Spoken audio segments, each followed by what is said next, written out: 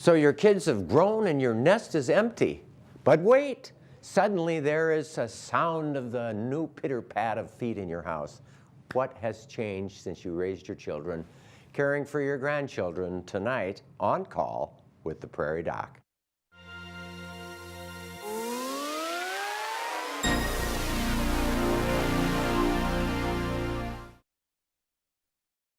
Good evening and welcome to On Call with the Prairie Doc. You might think that since you raised your kids just fine, that when you take care of your grandchildren, you've got it all covered. Well, some things have changed over the years, and while your experience is invaluable, you might still be able to learn a thing or two that will help keep the little ones safer. First, let's take a look at this week's Prairie Doc quiz question. It's a true or false question tonight. Both girls and boys should have human papillomavirus or HPV vaccine between the ages of 11 and 15. True or false? Viewers who call in or email the correct answer will be entered into a drawing to win a signed copy of our book, The Picture of Health. Each of my essays, originally written for the show, comes with a wonderful accompanying photograph by Dr. Judith Peterson. We'll announce the answer and the winner at the end of the show. Remember, you only have 10 minutes to get your answer in. We answer your questions about caring for grandchildren as they are called in or sent to us via Facebook or email. Call in questions or comments to 1-888-376-6225 or send us an email to the address on the screen. Give us your call. It's my pleasure to welcome tonight Joanie Holm, registered nurse, pediatric nurse practitioner, who's filling in for a guest who could not be here tonight. And it sort of on that last minute, Joanie, would you do this? What a joy, and thank you for being our guest. I think it'll be fun. So you and I have how many children? Yeah, I think you know, 4. And how many grandchildren do we have? 0. We don't have grandchildren yet, but I look forward to that. But the question I would have is, you know, listeners who may be grandparents or potential grandparents, is there some comments that we should make to them? Is there some lessons? Is there some important points that they should remember from tonight's discussion? Well, I think there's lots to say. I work in pediatrics. I'm pretty passionate about pediatrics, and so I hope that you will stay tuned in and send us your questions because there's lots to talk about. I think what I would like to start with is to remember that your child who is parenting needs to be praised and mentored and taught as they go. You know, we may have the tendency to this is the way I did it, and this is the way it should be. And you're doing it wrong. And you're doing it wrong. And I think that it breaks down the barrier, or it makes a barrier. Makes a barrier, right? And if you can work with your child praising the things they're doing well, the relationship's going to be a lot better. Yeah, give them parenting lessons on a positive way. Right. Rather than a negative criticism. Right. And certainly they are the parent of this child, and I think their decisions rule. That's a hard one to swallow. Say that one more time. I think that's an important point. The parents are the parents, and they are in charge. And so you've got to be careful as you're giving advice to them. But I think you could say, you know, this is the way I've tried it. This worked well for me. Have you thought about trying it this way? Yeah. This is a great story that I remember. My dad didn't talk about his grandmother who lived with them when he was growing up. And but except for this one story, he said that he was a teenager and they wanted to go out on the town and go to a basketball game or something, I can't remember. They were living in Minneapolis, and grandmother said, he is not leaving this house, he's not going out, this is too dangerous. And my father's mother, my grandma, said to her mother, this is my house, I'm making the decisions here, and he is going out.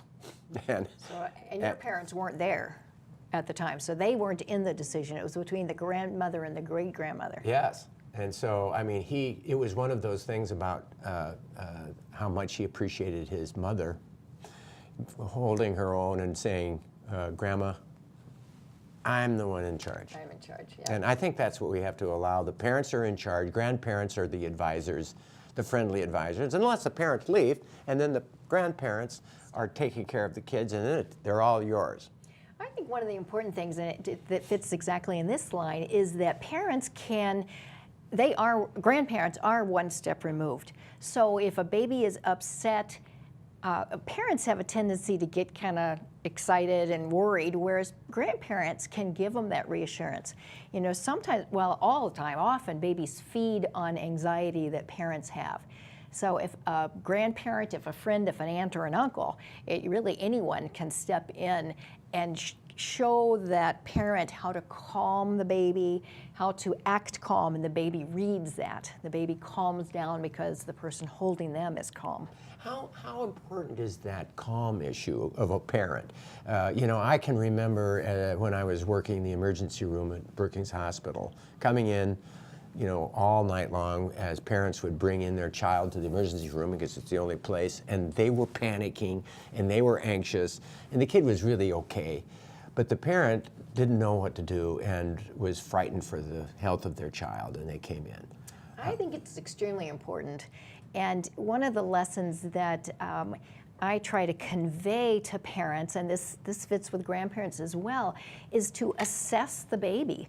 You know, you may find yourself all upset and worried, and you're acting on emotion when you can stop, relax, evaluate the baby. And the thing that I say all the time to parents is to look at the baby. Are they eating? Are they sleeping?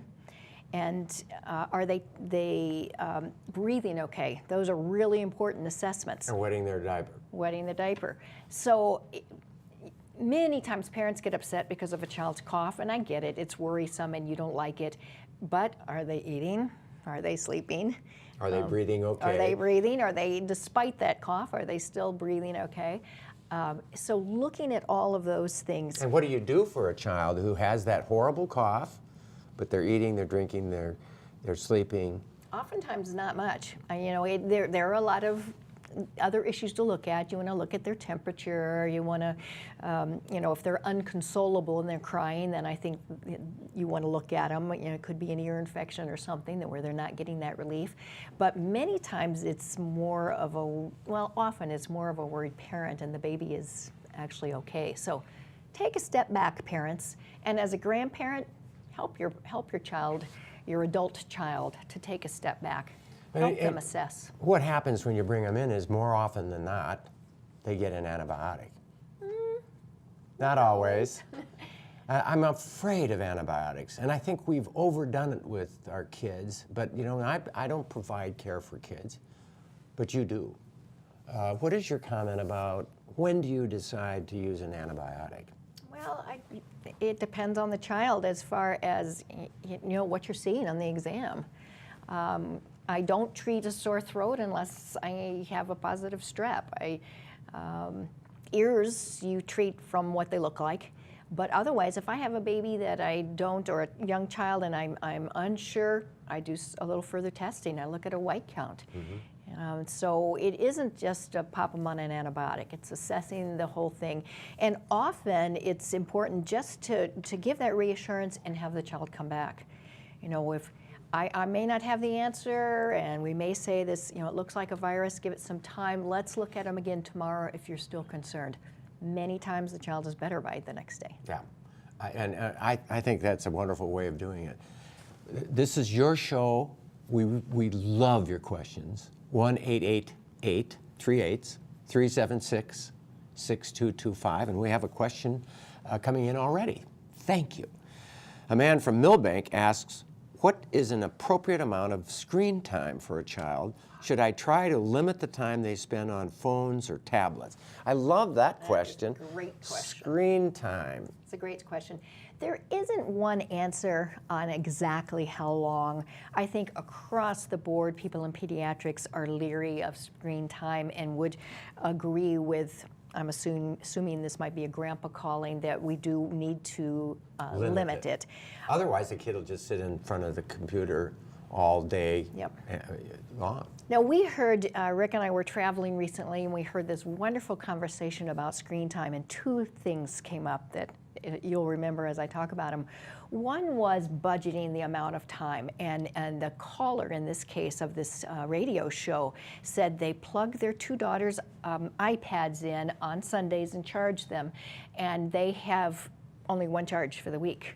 And so that's a wonderful way of doing it. They have to budget how much time, they look at how much time they have, and if they want it to stretch out, they don't use a lot every day, but when it runs out, they don't get it again, they don't get it charged until Sunday. Unless they sneak a charger from a friend or something like that. Yeah. So that was an excellent thing. And the other one quickly is that the parent talked about, particularly a younger child, that, okay, you get to watch a TV show or whatever, and when that show is over, that's when we're going to do Play-Doh. So preparing the child and giving them a goal, something to look ahead of. And of course, you have to follow through as a parent. You follow through. I mean, here's the rules, this is how it'll go, and they need to have that experience, that rules are important. But just to say you get this TV show and they're going to pitch a fit, but when that show is over, to say, yay, it's time we're going to bake cookies together now. Really sets it up so that you're going to have more success. You're not going to bake cookies with Play-Doh, though, right? No. Oh, okay, all right. So no specific answer for this person, but do consider limiting time. Oh, and also take screens away before bed, because you want. They don't go to bed with the screens. Never take the phone into the bedroom, No particularly phones we're talking teenagers, and to try to get them off of screens an hour before they go to bed, because they can calm down. I think that a reward for playing outside is some screen time. I think everything in moderation, right? Right. Give them a chance to have some screen time. I mean, that's intelligent, challenging. I mean, it does push the brain.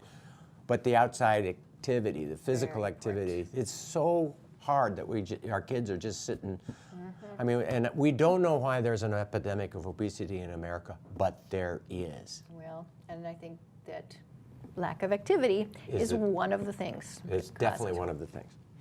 A woman from Yankton wonders if too many antibiotics in youth can have negative effects later on in life. Well, you're the expert in later on in life, but I would say yes. I would, of course, say that if you take an antibiotic, 5 or 10 days of antibiotics, it messes up your normal flora, your biotome for 6 months. It changes all of the bugs that are growing on you and living symbiotically, and it's like killing the grass, and then you have weeds invade, and until finally the grass can get back over they push the weeds out. So I think we really need to try to avoid antibiotics at all costs. And particularly because we're getting resistance, and then when they get really sick and you really need them, they work. Right. And I think that overall in pediatrics that the antibiotic use is down. Say that again? The antibiotic use in pediatrics is down. And a big part of that is the Hib vaccine has decreased the amount of pneumonia, Haemophilus influenza infections, which are ear and pneumonia and chest infections. And so a vaccine has made a big difference. I think that when we lose our antibiotics because the bugs will all have resistance, it's the vaccines that will save us, will it not? Well, nearly every sexually active person in the United States will be infected with human papillomavirus, or HPV, at some point. What are the ramifications? And what can be done about the impact of this disease? Human papillomaviruses are the infection that is the most common cause of sexually transmitted infections in the world. Now, when people think about sexually transmitted infections, they think about syphilis, gonorrhea, chlamydia, HIV, even hepatitis B maybe, but they don't think about HPV as being sexually transmitted, and certainly not as the most common sexually transmitted infection there is. By the time they're 50 years of age, 80% of people would have been infected with at least one HPV type. That is a huge proportion of the population. it's estimated that there are about 80 million Americans that are infected with genital HPVs. So that's the prevalence of disease. And there are about 14 million new infections that occur each year. So that's the incidence of disease in the United States. Now, in terms of disease impact, this is the infection rates. If we look at disease impact, there are about 11,000 or so, 12,000 new cases of cervical cancer that's caused by HPV in the United States. There are another about 11 or 12,000 cases of head and neck cancer that's caused by HPV in the United States. So these infections have a tremendous burden in terms of causing disease that a lot of people, even healthcare providers, don't necessarily know about or understand completely. What people should be worried about is getting these diseases that the vaccines are designed to prevent. And I think that's the message that gets lost sometimes, is what is it that we're really trying to prevent? We're trying to prevent cancer. These are real diseases. And yes, we do have screening programs, but our screening programs are not 100% effective, whereas our vaccine is close to that.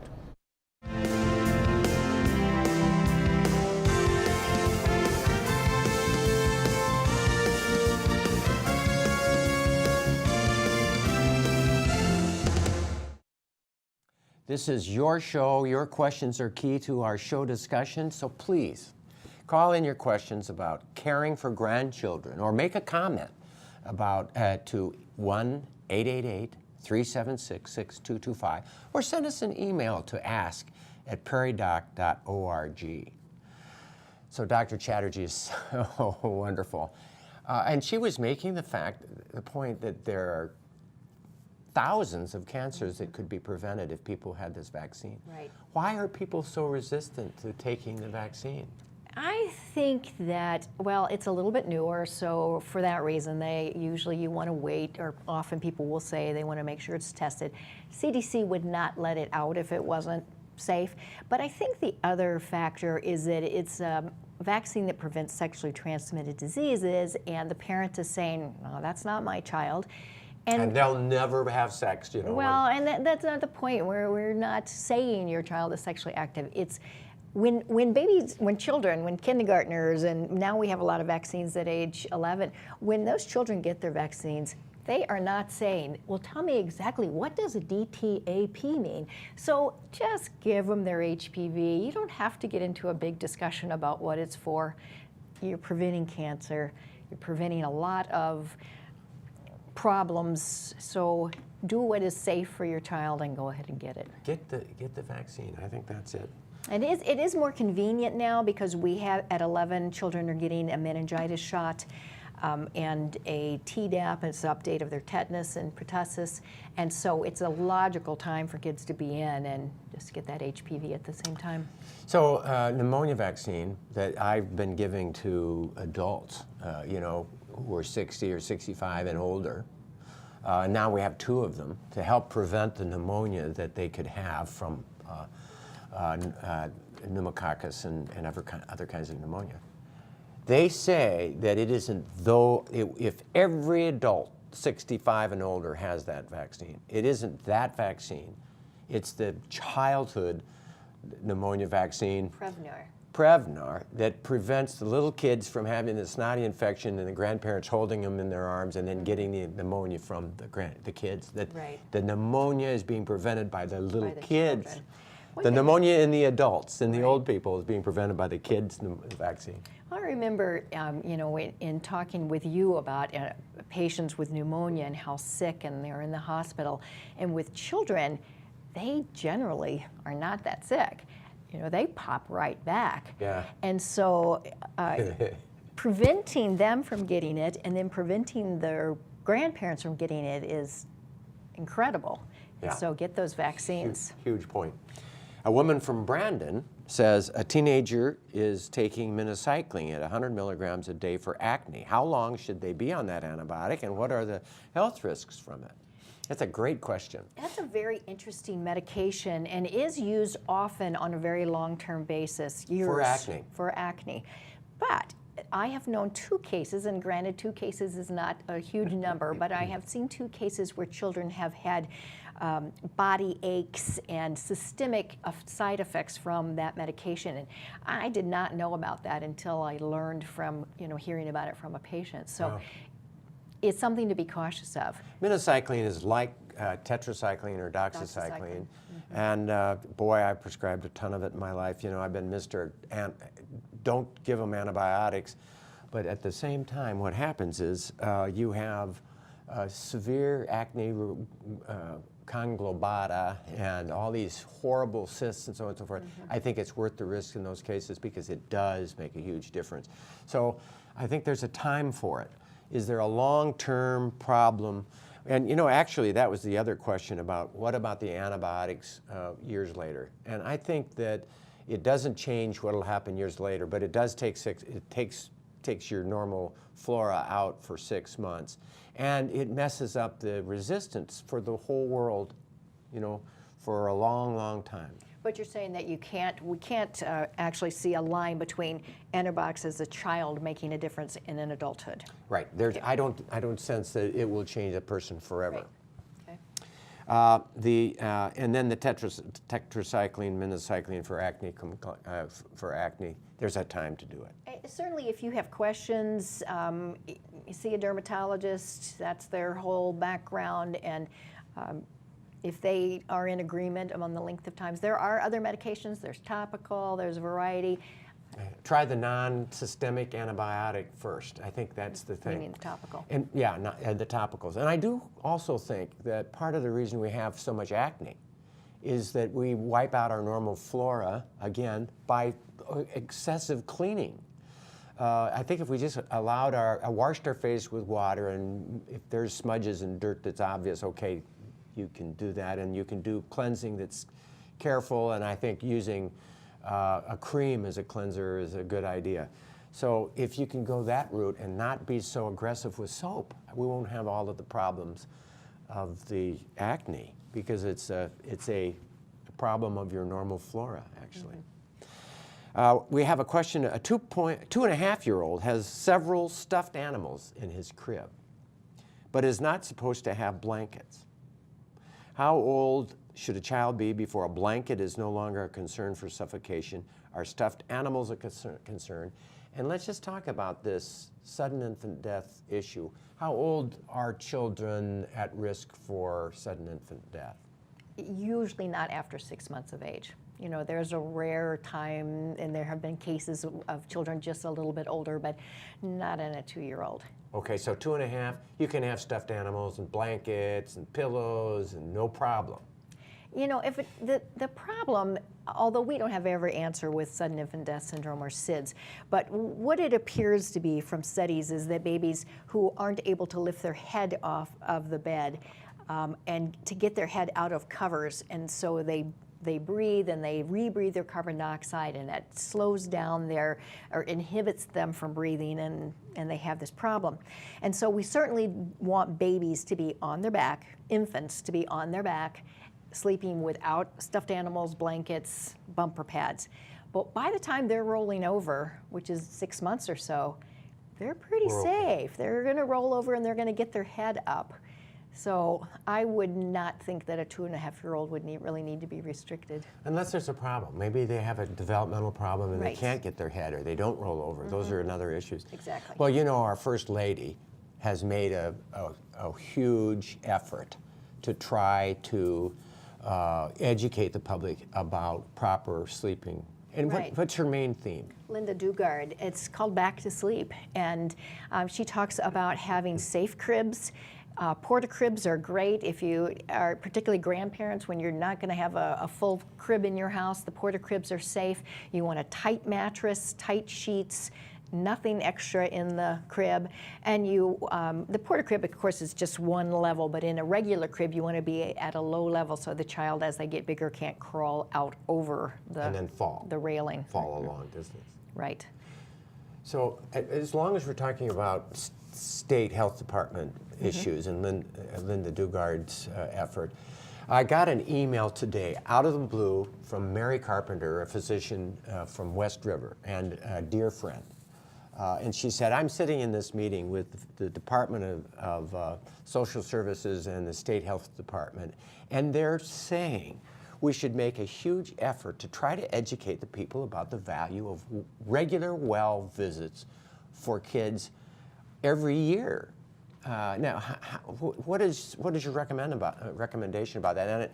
And thank you, Mary Carpenter, for bringing that. And thinking of us, and she said, how about a show on that? And I said, well, tonight we're doing a show on pediatrics. This would be a good time to talk about it. Right.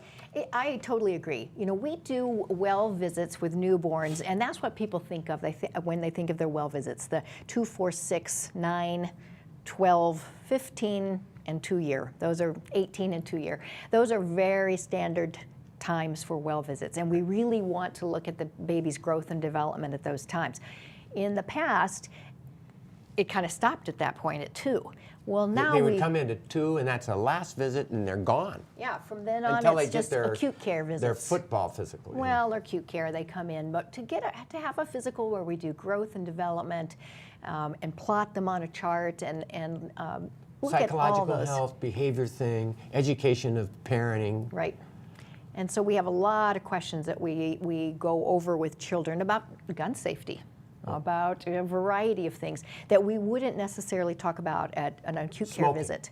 Smoking. So so you would say, or it shouldn't be just these things up to 2 and then it's done. It should be every year. On, you know, near the Just a wellness child's visit. birthday, bring them in, do a wellness visit.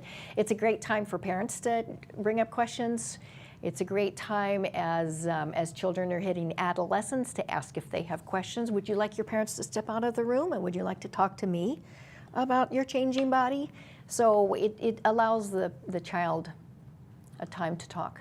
And I think that that's what a primary care physician, nurse practitioner, PA, it really should be more help in those realms than really listening to the heart almost. Well, although they should be listening to that heart, see if that murmur is occurring. One other point on that is that most insurances and Medicare do cover that once a year visit. So if you're thinking about that aspect and it might not be covered, check with your insurance, but in most cases it will be. It will cover it.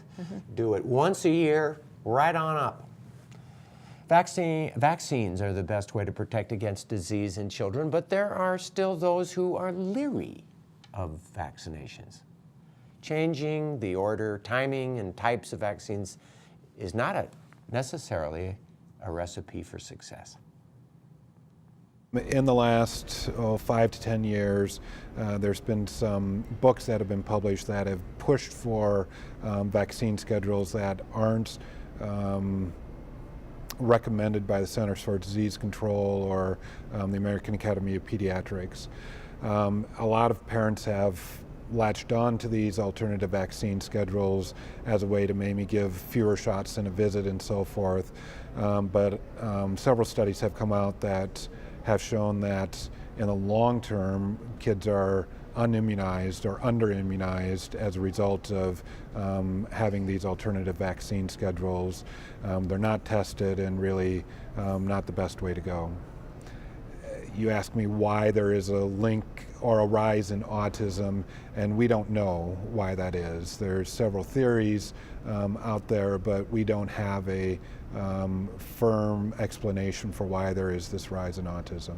Probably the biggest take-home point is that vaccinations work and are effective in decreasing disease.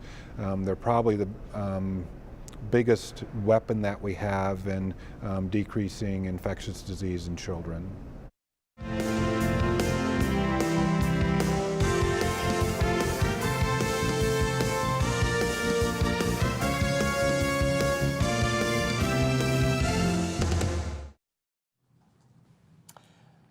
Vaccines don't cause autism. That's one question that I would ask you.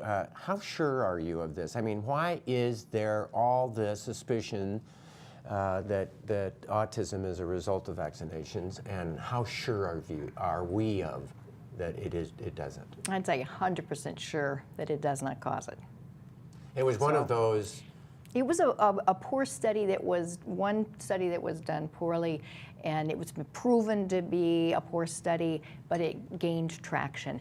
The other important aspect is that autism was often diagnosed at about age 15 months because it's a communication is one of the symptoms and one of the ways you see it. Well, when does a child start talking? At about 15 months. And when do they get measles, mumps, rubella vaccine? At about 15 months. And so the natural time for it to be picked up happened to be when that vaccine was given. No correlation. And the guy who put out that study lied. I mean, he had to admit that he didn't have the data. It was not true. And you know, I suspect. I mean, I'm Mr. Critical. I mean, I'm critical of studies that are.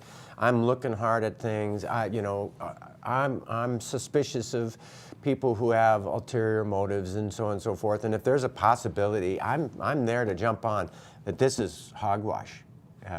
There is no association with autism, and the value of vaccinations are so overwhelming that we need to realize that the importance. Now let's talk about the timing. That was talked about by Dr. Kooima. I believe in using the time frame that's been set up by the CDC. Some of the vaccines come mixed together, so we cannot separate them. We don't have a way to get a measles, a mumps, a rubella. So if parents want to fuss about that, sorry, that's the way it's made. But there's a reason to set them up at certain times, because babies are at greater risk for certain illnesses at certain times, and we want to protect them at the right time. So choosing your own schedule puts your baby at risk. But if I decided that I don't care what anyone says, I'm going to go the vaccine route, but I'm very, but I want to have it done in this other way. Would you do it my way, please? Most of the time, yes. I would caution, and I think Dr. Kooima touched on this. Personally, I think there's a greater risk for a mistake being made because it's not the routine, and it's nice to have the routine times. So hopefully that wouldn't happen, and we do try to comply with parents if they have a very strong wish. I would ask them to look at the science behind it. Okay. And the science is there. A woman from Sioux Falls asked, how do you think that social media changed bullying in schools, and how do grandparents deal with bullying? I love that question. Yeah, has it changed? That's a hard one. Do you know? Has, oh, huge. There's been a change. Yes, because children can't get away. In the past, when we were younger, when we left school, that was the end of discussion. If you were being bullied at school, then you went home and you were safe. Now you've got Facebook, now you've got Snapchat, now you've got all these other media that the child does have the phone and they're looking at, and so that bullying can continue. Oh, you say day and night. It can continue on the weekend because people are posting negative things about them. Social media, people are bullying through social media. Absolutely. What would you define bullying as? Oh, I don't have a true definition, but just Control issues? control, saying inappropriate things, lying about the person, being mean. Yeah, being mean, The belittling. mean girl. Mm-hmm. Yeah, the mean girl thing. We just watched that movie. I don't know why we were watching it.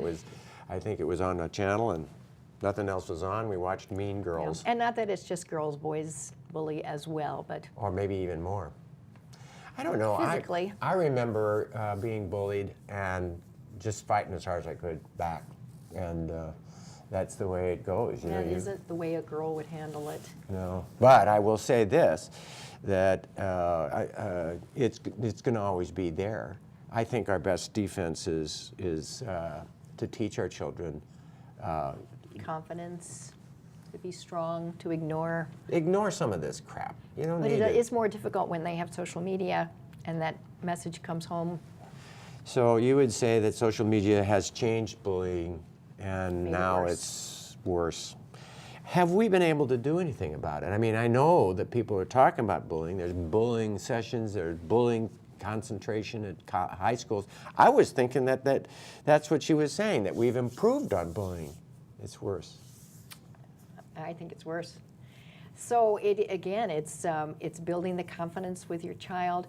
Back to the screen time, taking away the devices from your child, particularly if you know that they're in a situation where they're being bullied, then that's the time you're going to step in and you're going to do more activities with your child so that they're not concentrating on their social media. Right. I know that there's cases of bullying and suicide as a result of bullying. Let's talk a little bit about suicide in children.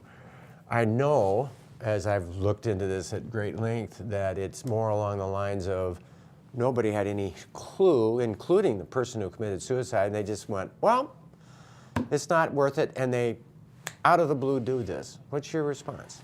Oh, so tragic.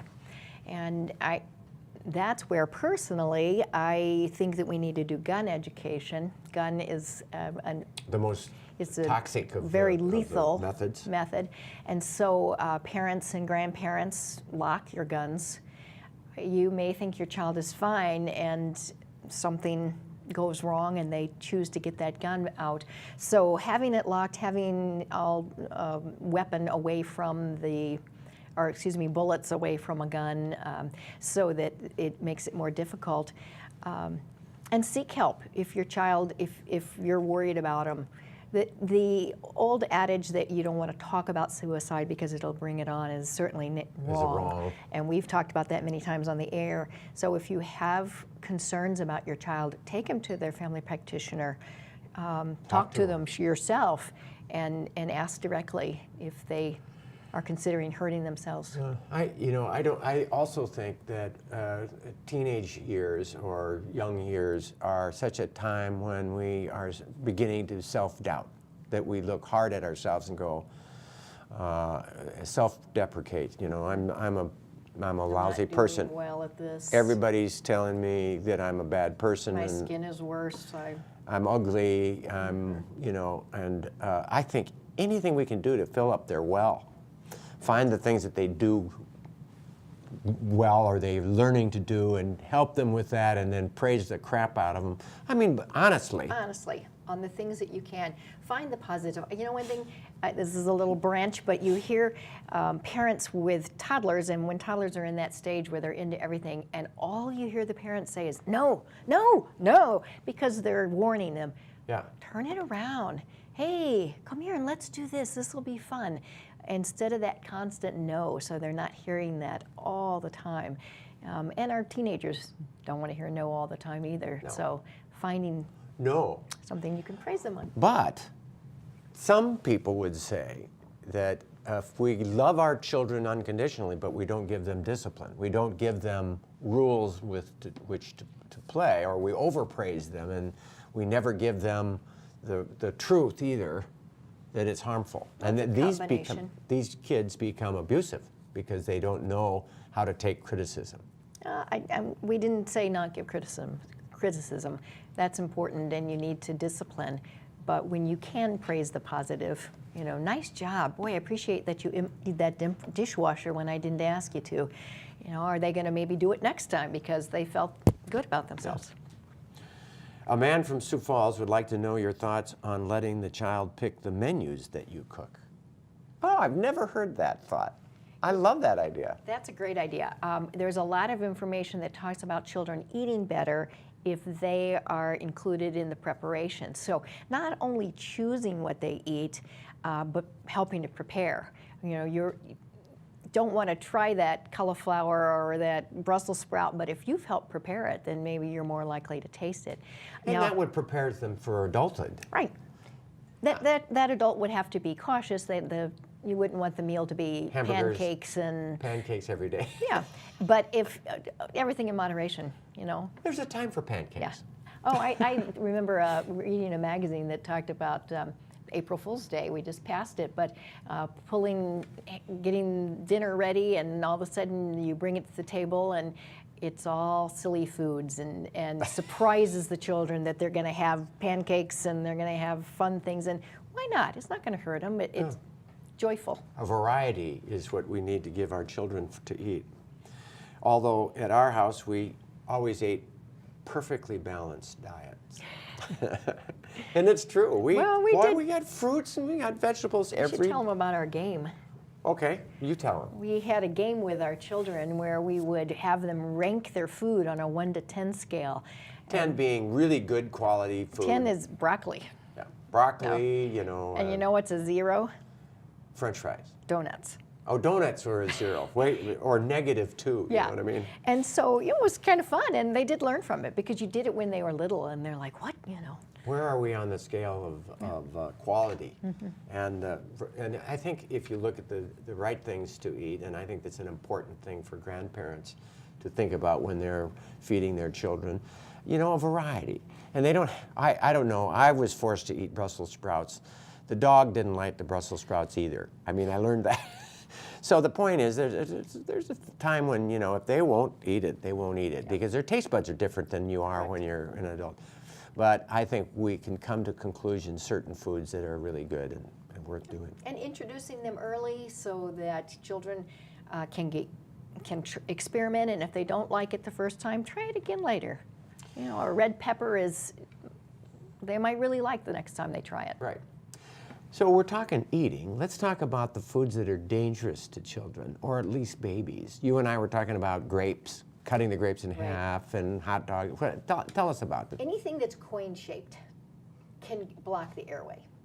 So if you've got a carrot that you're cutting it into the coin shape, if you're cutting a hot dog into small, people may think it's safe because they're cutting it into slices, but it's coin-shaped and it can block the airway. So grapes, nuts,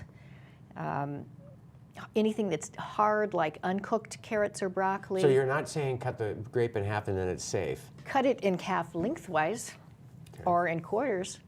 Cut your hot dog lengthwise, and then the child can hold on to it and eat it. So they're eating a half or a quarter. And then you said something of to course, me. I hate hot dogs, and they're terrible food. You would food, never eat hot dogs, but I like hot dogs. Anyway, particularly with onions and pickle relish and mayonnaise. But anyway, if you were talking about not making them laugh when they're eating too. I mean, I had never heard that before. That was a new thing. Tell me about that. Well, just choking risk. You know, children are at increased risk of choking. Their airway is about the size of their little finger. Now, their meaning, their little child. finger. The child's little finger. Right. And so if you're giving them a bigger food, or if they're finding toys or things on the floor that are very little, they can take it in and block the airway. So you want to assess your house. You don't want them to get a hold of little brother or big brother's toys, Legos that are too small. You don't want the Barbie shoes or whatever might be some small object that they can get blocked in the airway. And those are mostly, foods. How old are these kids at the most risk for that type of a thing? Babies are extremely oral from, 4 months until toddlers. Yeah. But mostly in that first 6 months to 18 months. Okay. A woman from Sioux Falls has a new grandson that is 11 months old. He was slightly premature but healthy, gets shakes like shivers out of the blue, but he's not cold. Any idea what that could be? Thought he might be peeing, but checked the diaper and was not wet. What's these shakes? I don't know, but I've seen it a lot, and it's not a dangerous worrisome. thing? I think it's that peeing thing, but they didn't pee or something. That's the funniest thing. I mean, I watched our children, occasionally the boys will be peeing and you'll check them, and little kids, and then they get done and they have that, ugh. What in the world is that? Don't know. I'm glad you don't, and I don't. So the answer is? Don't know. As long as the child is talking to you, it's not a seizure, that you can hold the arm and it stops shaking. I don't think it's a seizure. I think it's nothing worrisome. Okay. A Brookings woman heard that all children from 11 to 12 should be screened for mental health issues. What do you think about that? Ooh, I think that's probably a pretty good idea. That's a great idea, and it's something that, coming in for that well visit at 11 or 12 is a good time to do that. Okay. A Brookings woman, let me make a comment about mental health. We can't give enough attention to children at that age in particular about mental health. So I don't know what screening you would do. Well, Well, a depression screening probably is the most common. And how are they behaving at school, and how are they fitting in, and those kinds of issues. A clinic therapist from Sioux Falls would like the docs to talk about sexing and the importance of checking teen phones. Sexting, texting, sexting. Yeah, sexting. People sending nude pictures Oh, back and sexting. forth. Yes. Oh. See what we're talking about with See. bullying and social media? It's then a they're tough sending- life to be in right now for these young people. So, And her message is that some parents can be too naive about phones and sexual exposures. Duh. So what should be done? it's a tough one because you have to meet somewhere in the middle with your child.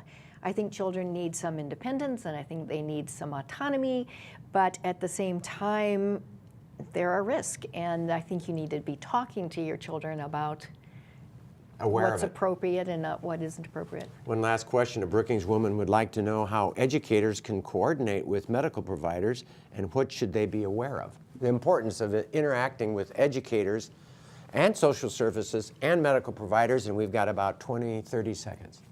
We can get permission to talk with teachers and counselors if the patient will Allow it. that. And there certainly are times when that happens because then we can coordinate to make sure the children are getting to school. We have a lot of problem with kids who are depressed and they're not making it to school. So, and I just want to say a word. You know, this was a last-minute deal. What a joy to be able to turn to my wife and say, honey, will you fill in? And she does it. And I think we did great on this. And now for the winner of tonight's Prairie Doc quiz question. True or false? Both boys and girls should have human papillomavirus HPV vaccine between the ages of 11 and 15. Joanie? Yes. True. Yes, both should have the vaccine and both can carry the virus. It was Randy Ogren from DeSmet who I know who answered the question. Thank you, Randy, for calling in. And congratulations, and appreciate your participating. And a book will be in the mail to you soon. We'll be right back after this. All around town, from stores to playgrounds, babies are on the move. And there are diseases that are on the move too. And some of these spread easily. To best protect him from 14 serious diseases by the time he turns 2 years old, vaccinate him according to the recommended schedule. So he can go on about his business and you can have peace of mind. For more reasons to vaccinate, talk to your child's doctor or go to cdc.gov/vaccines. My grandmother, Axie Jackson Powell, died at 99, having lived a blessed yet tragic life. As a young girl, she lost her father and 2 stepfathers to illness. Her mother, struggling to raise 4 children alone and out of desperation, put Axie and 2 of her siblings into an orphanage. Axie grew up separated from her mother. The history of adoption is as old as humankind, with family members commonly raising children orphaned by death or war or economic destruction. The Middle Ages introduced the concept of the orphanage when babies were left at the door of monasteries and were then raised in the institution of the church. But much of what the world knows about adoption and how to protect orphans actually stems from the orphan trains of the U.S. in the late 1800s. The American Civil War and an increase in immigration brought orphanage overcrowding and huge numbers of homeless children roaming the streets of East Coast urban cities.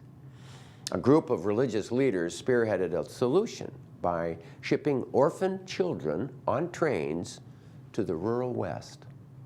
Over the next 70 years, as many as 250,000 orphaned, abandoned, or homeless children were placed on trains and sent to Western rural farming foster families.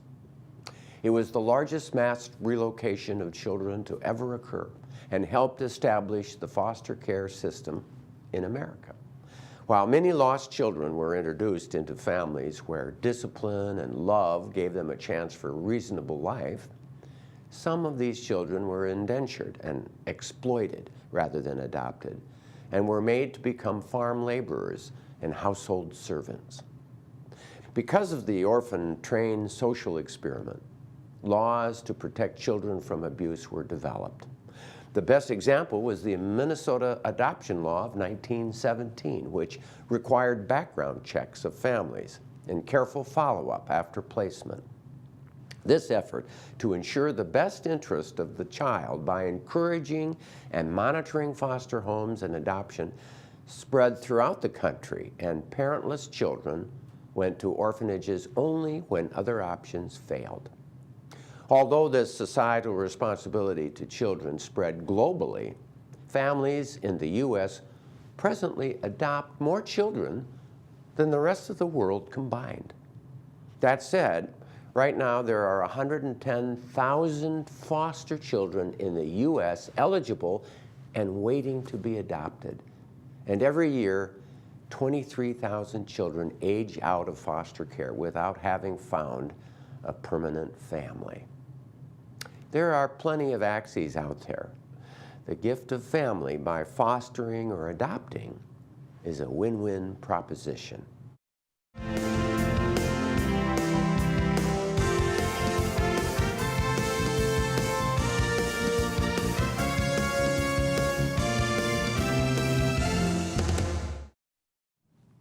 Well, a big thank you to pediatric nurse practitioner and wife of Rick, Joanie Holm, for volunteering to join us in our studio at Yeager Media Center on the campus of South Dakota State University.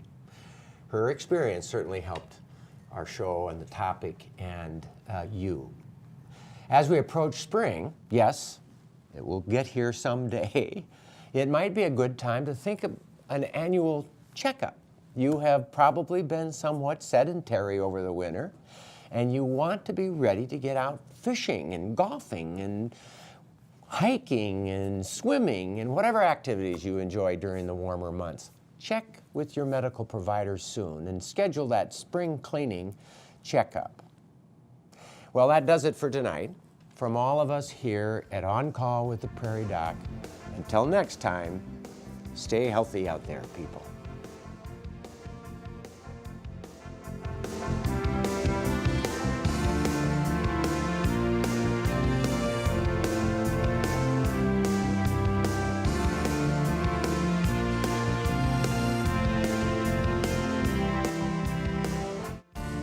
Hormones, what are they?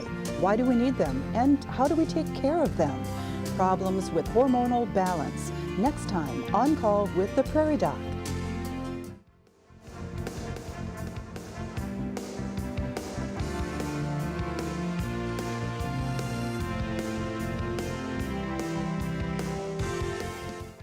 Major funding for On Call with the Prairie Doc has been provided by Avera is a proud sponsor of On Call on South Dakota Public Broadcasting. Larson Manufacturing is proud to support On Call Television as it continues to open doors for important medical information.